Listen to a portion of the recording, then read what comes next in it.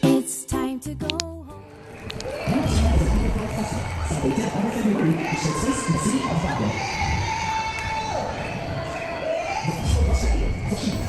Andito na naman tayo sa isang kaganapan sa ating school, ang 39th founding anniversary ng MIP. So, ayan ang level 4, yung mga pinaka matatanda na natin mga special kids na perform. Tingnan mo, ang cute nila, ang ganda ng costume nila. Ang theme ata nila ngayon is Filipiniana. So, ayan sila.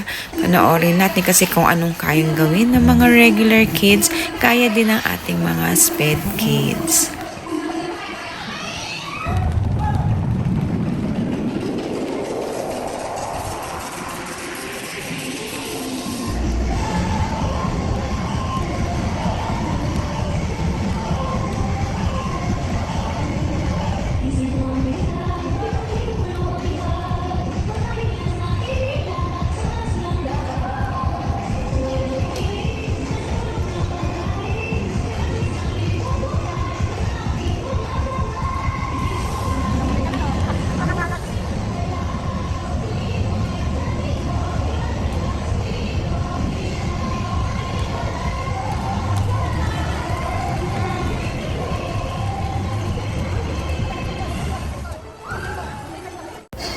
Ito na ang level 3, ang level ni Brave. Mali ako ng pwesto, dapat sa kabila ako kasi nasa kabilang side nga pala si Brave. So si Brave nandun, basta nandun siya, yung pinakamalaki makikita niyo siya yun. So ayan na, may mga nauna pa ano. Ang importante sa kanila gumagalaw, yun ang importante. Kahit na hindi sabay-sabay, o diba? Ang cute naman nila.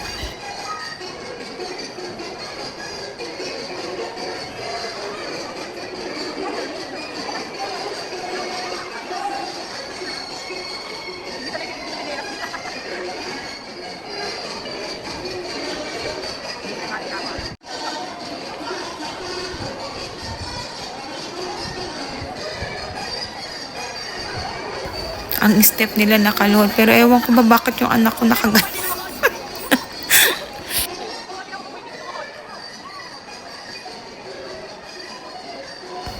Ayun, napagod na yata siya kaya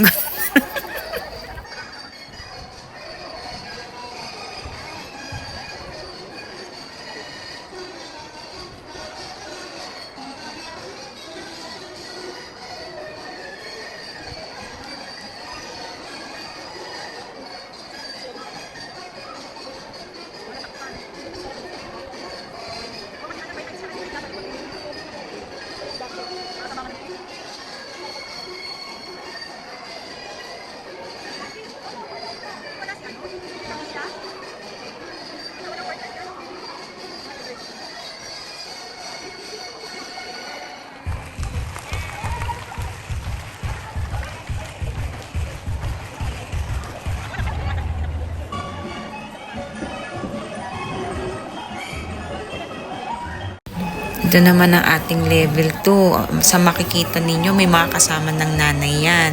O, yan yata yung mga grades 1 to 3. Yan. So, yung iba, basta nakatayo lang dyan.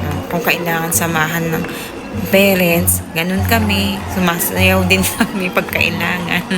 Yun. Very kasi kailangan ng support ng mga bata para makapag-perform sila.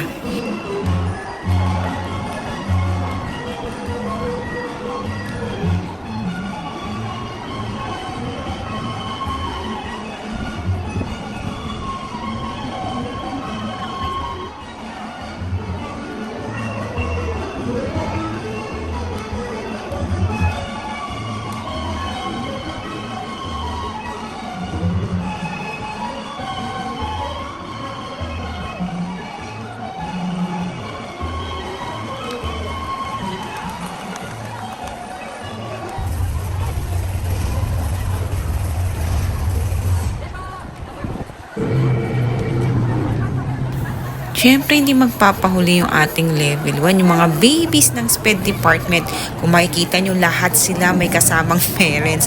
Walang hindi kasama ang parents. Siyempre, habang maaga, i-train na natin na nagpo-perform sila.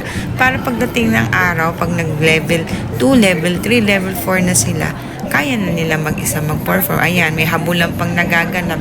Normal na normal yan sa level 1.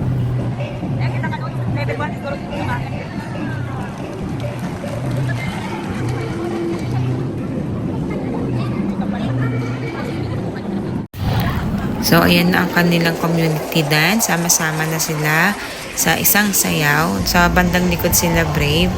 Yun. Parang nasanay na yung mga bata sa ganyang performance. Kaya, kung makikita nyo, talagang todo perform sila. Saka graded kasi yan.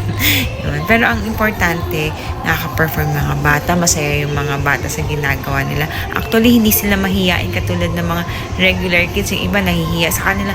Wala silang pakialam. Sasayaw sila. Congratulations sa ating SPED department.